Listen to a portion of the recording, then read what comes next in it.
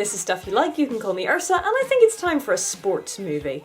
Albeit one that's set in medieval Europe, yes, and one where the sport is, in fact, jousting. But A Knight's Tale is nothing if not an every beat hit, pitch-perfect underdog, comes from behind, suffers setbacks, but ultimately triumphs sports movie.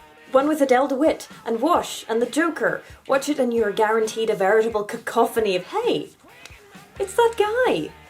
Also there's Paul Bettany playing a sometimes naked Chaucer. Love Chaucer. We will be coming back to Chaucer, but mostly not the naked version, so you don't feel hard done by, Paul Bettany fans. Here you go. Morning. Morning. Oi, sir.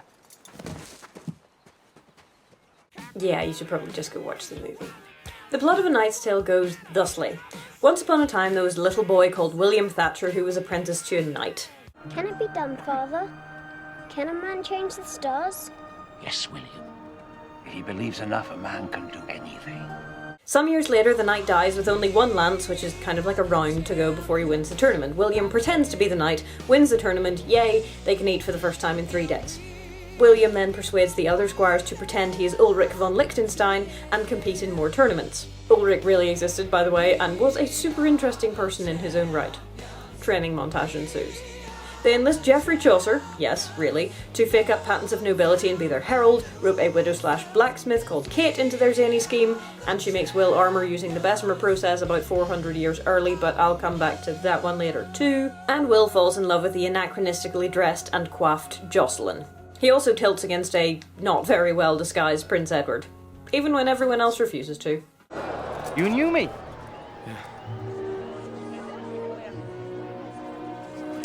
That's still you rode? It's not in me to withdraw. Nor me. He has a rival in the form of Count Adhemar, and they have a mercy versus vengeance thing going on. He shows mercy. Then he shows his weakness. That's all mercy is. There's an if you love me lose love versus pride plot with Jocelyn. So Will loses and then Will wins and then they go back to England and then Will is revealed as a peasant and then Prince Edward knights him just because he feels like it. And then Will, of course, wins the tournament with his father in the stands, yada yada, happy ending, yay. The best parts of this movie mostly have to do with A, Chaucer, or B, hilarious anachronisms.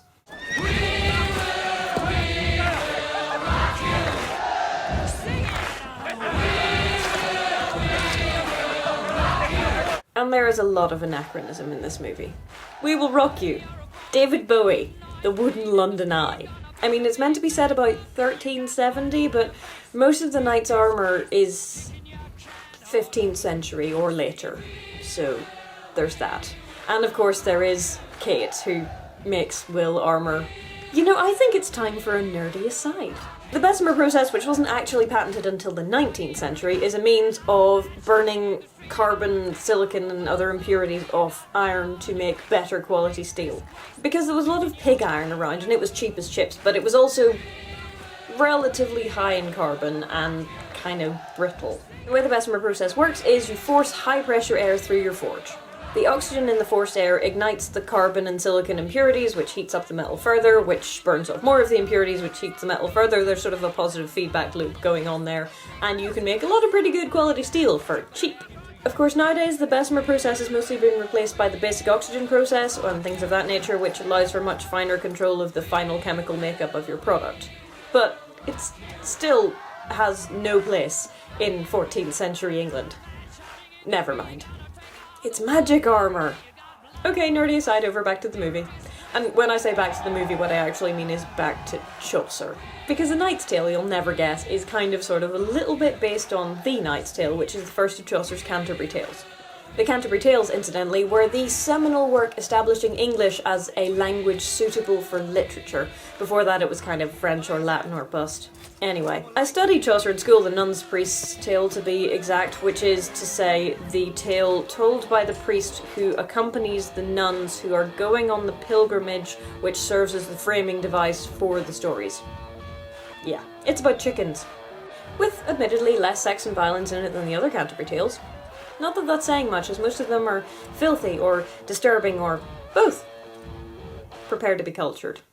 The first part of The Knight's Tale is actually fairly irrelevant and is dedicated to Theseus, resident ruling guy, and his awesome etude, and how he's so brilliant even Hippolyta, queen of the Amazons, was impressed and married him. Hippolyta's sister is Emily, or Emilia. Yeah, we'll come back to her. The part we're interested in goes thusly. Two guys, Palamon and Arcite, or Arcita, or Arcita. It doesn't really matter, it's Middle English, nobody knows how to pronounce it, just say it with confidence and no one will care. Anyway, these guys are languishing in prison, having been beaten in a battle by Theseus and his awesome etude, and then they spy out of the window a beautiful woman. That's Emily. They both want her, but they figure, we're in prison forever anyway, it's just not gonna work, we should try and forget about it. Then Arcite is released from prison. So what does he do? Well, he's banished from the city, but he sneaks back in so he can find Emily. But Palamon in the interim time has escaped from prison, and now they meet in the woods and there's an epic sort of fight going on, and then Theseus comes across them and says, "What are you doing? Noble sirs, why are you fighting?" And they say, "Oh, we are dead, dead, so very dead, you must kill us because we are dead. Also, we're fighting over this woman." All of the women who are with Theseus say, "Oh, isn't it sad that they're fighting over this woman? You can't kill them, Theseus, it's not fair." And Theseus is a bit of a soft touch, apparently, when it comes to crying women, because he says, "You know what we're gonna do? We're gonna hold a tournament instead." The night before the tournament, everybody prays. Palamon prays that he gets Emily, and the statue of Venus he's praying to wobbles, so he takes that as a good sign. Emily prays to Diana that she will remain unmarried, because she don't want to marry either of them, actually. Yeah, Diana appears in person to say, "No, sorry, that's not gonna happen." Arcita prays that he wins the tournament, and Mars says, "Victory?" During the battle, Saturn makes the earth shake, Arcite's about to win, but then he's mortally wounded, blah blah blah. Arcite is dying, is what we're going for here, and he says, "I love you, Emily, and I'm going to die, and that's very sad for me, but you should marry someone, and if you're going to, then Palamon is a good guy." And then he dies, and Emilia and Palamon mourn for a couple of years, and then Theseus basically tells them to get over themselves and get married, and they do, and they live happily ever after the end. Like I said, it's very loosely based. Well, there is a tournament, but Will and Adamar have no prior connection, so it's just a straight, we both want this girl rivalry.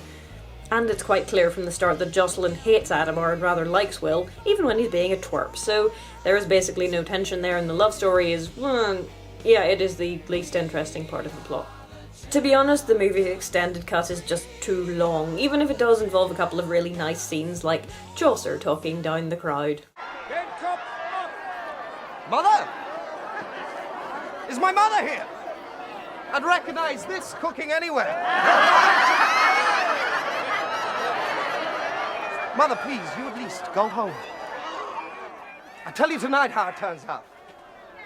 The film also touches a little bit on immortality in fiction, and it does this first by introducing Simon the Summoner and Peter the Pardoner, neither of whom got the best press in the Canterbury Tales, let's put it like that. I will eviscerate you in fiction. Every last pimple, every last character flaw. I was naked for a day. You will be naked for eternity. And I do kind of wish that they had talked more about that, because I find a tremendous amount of pathos in the idea that, yeah, we're all gonna die, but the stories that we create can live on after us. I'm gonna have to write some of this story down. The part about the prince and the knight? No, all of it.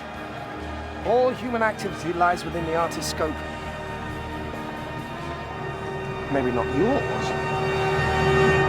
And yeah, that was A Knight's Tale. So next time, women's football, Indian cooking, and how to bend a ball like Beckham. See you then.